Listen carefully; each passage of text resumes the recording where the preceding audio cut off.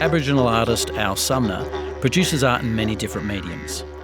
His latest venture is to establish an Aboriginal cultural centre in Aldinga, South Australia, the first of its kind in the region.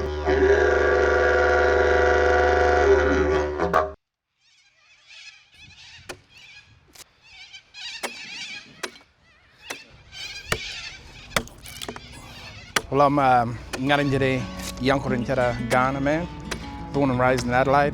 I was actually brought up in Elizabeth, in the northern suburbs. My father, his father, and his father was all born on Rauken, an Aboriginal mission or Aboriginal community, we say these days.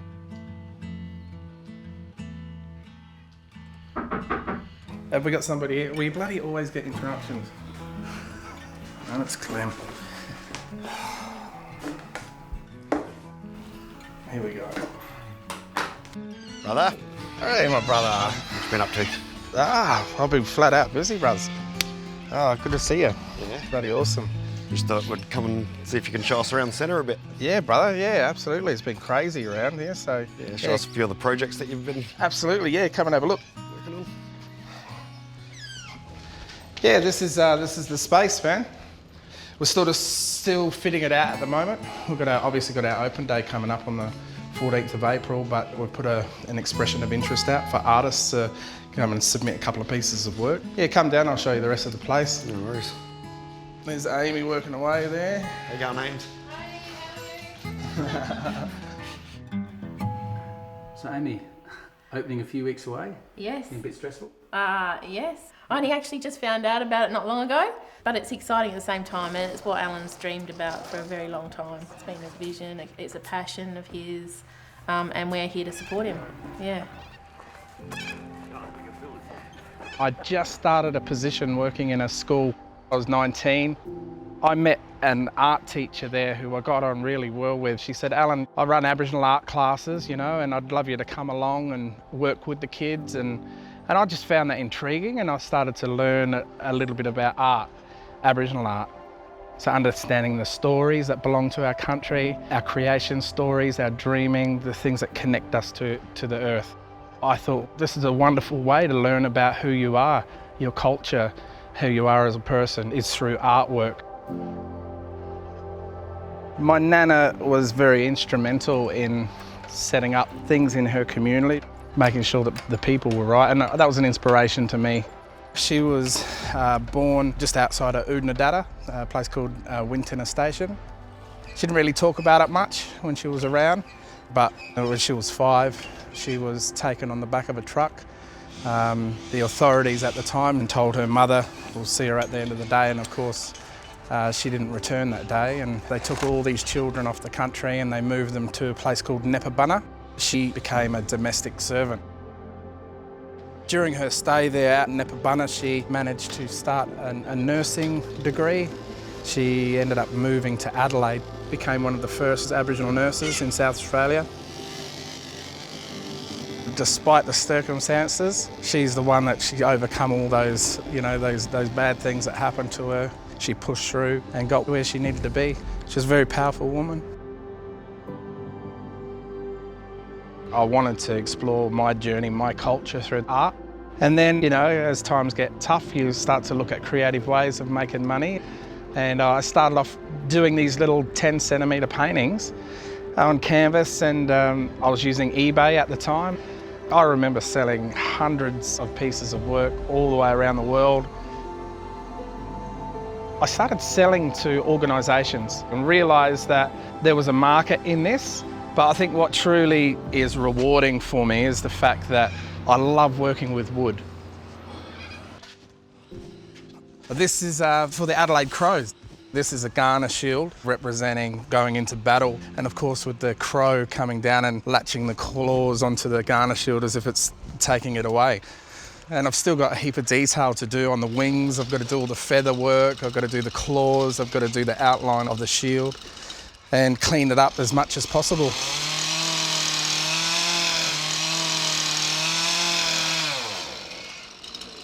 We're at Oaklands Park Reserve today, and this area is quite significant to the Kaurna people.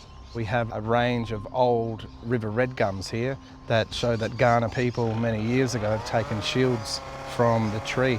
It's an honour to be here, to be able to do some of my artworks alongside ancient works of our ancestors.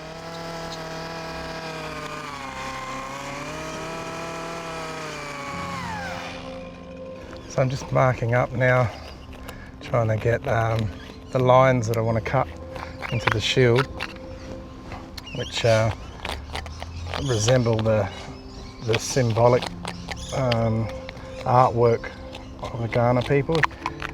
These are some of the old ancient lines that were from a lot of the old mullabuckers. If I was to cut this whole shield out of here, it'd be all pure wood, there'd be no bark. And so the mullabucker was a harder shield, and it was designed to break spears basically. If spears hit it, the spears would break straight onto this hardwood shield. A walkerly was a bark shield, so the idea of that shield was not only to deflect spears, but also if spears hit the shield, the spears would stick into the bark. Catching the spears meant that you had spears to throw back. You can see how colourful the wood is under these trees. It's absolutely beautiful, you know. People start to ask the questions, you know, what's the cultural significance of these imprints that we're leaving? Those conversations are really good to have. Sometimes they're hard conversations, but a lot of the time they're quite positive, and once we let people know what we're trying to achieve, people tend to embrace it. We've got housing, suburbs, estates and everything around us, but hidden beneath the layers are cultural sites, places of importance for the Kaurna people. Our job is really to lift those to the surface, make them available so the community can see that this community here is rich in culture, rich in Kaurna culture. I think I was just newly married and I was diagnosed with testicular cancer. By the time I had my CAT scans, it already travelled into my abdominal area, into my lymph nodes. I had a 30mm malignant cancer, and I went straight on to treatment. So basically I had an operation, I had the cancer removed, and they said, look, after the treatment, there's a good possibility that you're not going to have children. The treatment is very invasive. So I had 1 week to heal from the operation. The second week was pretty much, you know, we needed to conceive. And of course, in that moment, our miracle child came, and that was Isaac. He was conceived. Anyway, I had the treatment. I thought, well, that stuffs our chances up for having any more children. But then a year and a half went by and Amy fell pregnant again with my second son, Samuel. And of course, 8 years went by again and our little girl came as a surprise for us. I never saw this as a future, you know, I just never expected that I'd have grandchildren and all that sort of thing, you know.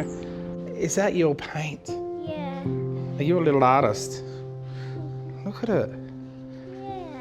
That's beautiful. Give me cuddles then. Oh.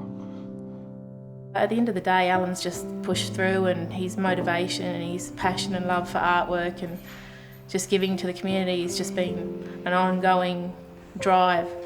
Yeah, it's almost like it hasn't set him back but made him drive even harder forward. It's good to see him so excited about what he loves. Yeah, it's really picked him up and helped him through a lot of bad situations, I think. Yeah. As a kid, I really didn't have a lot of cultural stuff around me. Dad taught me a little bit of the language, and he used to take me camping and fishing and talk about what our old fellows did, but I knew there was more to our culture. And I'd realised later on in life that Dad, my father, didn't know a lot of things either. And I thought, I want to learn more about our people, more about who I am personally. When people say, oh, are you Aboriginal? And I say, no, I'm Ngarrindjeri or Kaurna, you know. I let them know in language what I am. It's just helped me to be culturally strong, to talk about who I am, where I come from and what I do.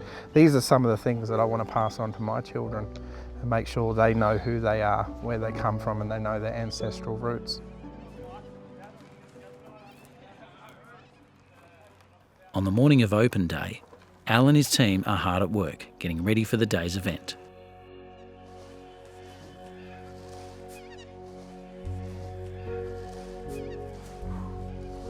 Really, what's going to make me happy on the day is just to see people enjoying themselves. And I sort of do plan on relaxing and enjoying it myself, you know, so it's just when stupid stuff like this doesn't go to plan, you see. Damn. Ain't gonna happen. You know where the best spot was? Right on the door, but Amy goes, no, you'll poke somebody's eye out. That's where I would have liked to have had it. Oh well, we'll see what Amy says. What are you doing? You're gonna smash your eyeballs out. Take it off. Maybe a painting on the door, not this thing. Look at that, that's like a big moose horn as you walk in. Yeah. Oh shit, I've got another painting to hang. Did he do that on purpose to me? I couldn't He really did. Cal started hiring this space a while ago to have a Aboriginal owned and run cultural centre and exhibition space so that local artists can exhibit work and also sell pieces. It's all about community, it's all about promoting Aboriginal culture, it's about preserving and reviving some of the cultural stuff that happened around here for thousands of years. So yeah, it should be a great day. It should be a great day. So you're the artist that did the one with the hands? Yes. Yeah. Well, You you like let it? him know why you like the hands. Well, we talk with our Yeah. hands because we're deaf, so that's why yes. we're really connected with Yeah, it. You yeah, know, we yep. spell with it, we do Yes. our language with our hands, so that's why I felt a connection to that picture. Beautiful. I'm using my hands too now. I think it's a very important thing for the community. One of the biggest barriers for our people as Aboriginal people is knowledge of self.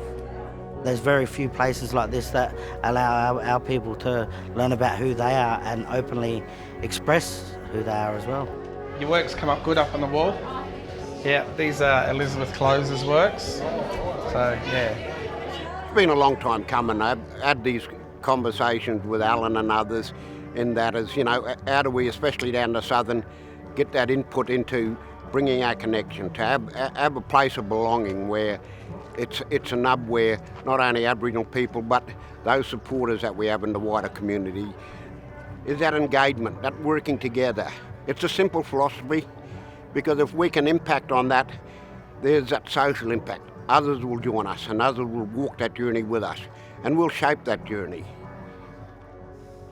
Fantastic turnout. Just like to say thank you for your attendance here today. I'd like to now officially say that the gallery is open. So thank you very much, ladies and gentlemen. Have a wonderful afternoon. Enjoy yourselves.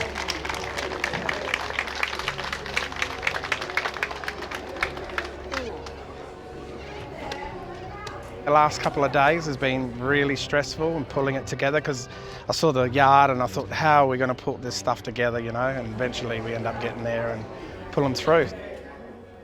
Thanks to all the volunteers and, you know, all the community people that come on board to help us out. It's been a wonderful journey. I'm looking forward to the future and what else we're actually going to be doing. Yeah, there it is. Big Al's big dream has just come alive and I'm happy. So we're going to continue the dream. It's called the dreaming. All right, I'm out.